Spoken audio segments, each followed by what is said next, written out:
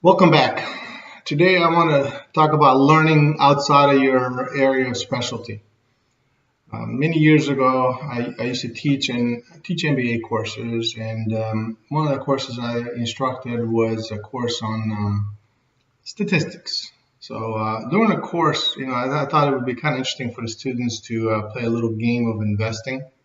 So the very first lecture, I instructed them about ETF funds, exchange traded funds.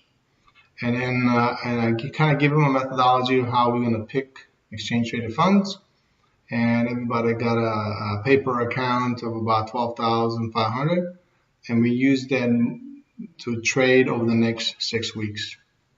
So once a week, we would make a decision, and we would cut our losses and take whatever capital is left and reinvest it into another ETF.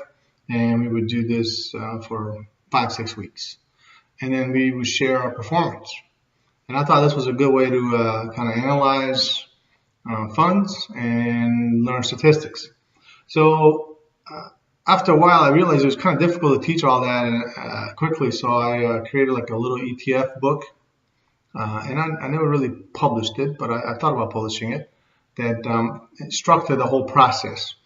And over time, I refined it. And again, I even looked at publishing it recently, but some of the things that I was using were free resources, so it'd be difficult to recreate what I could do several years back. So I'm a person that kind of dabbles in a lot of things, and one of the things I dabble in is financial instruments. So I understand stocks, I understand ETFs. But one of the things that even though I understand those things, doesn't mean that I understand everything. I don't understand futures. And only recently have I got into options and understanding options. I even attended a couple of seminars and some webinars just to get a better feel for options.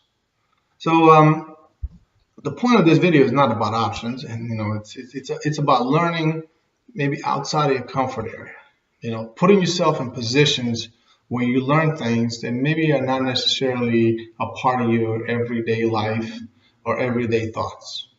Now, why is that valuable? If you have a level 5 problem and you're a level 4 person, however you define those, you are never going to be able to solve this problem.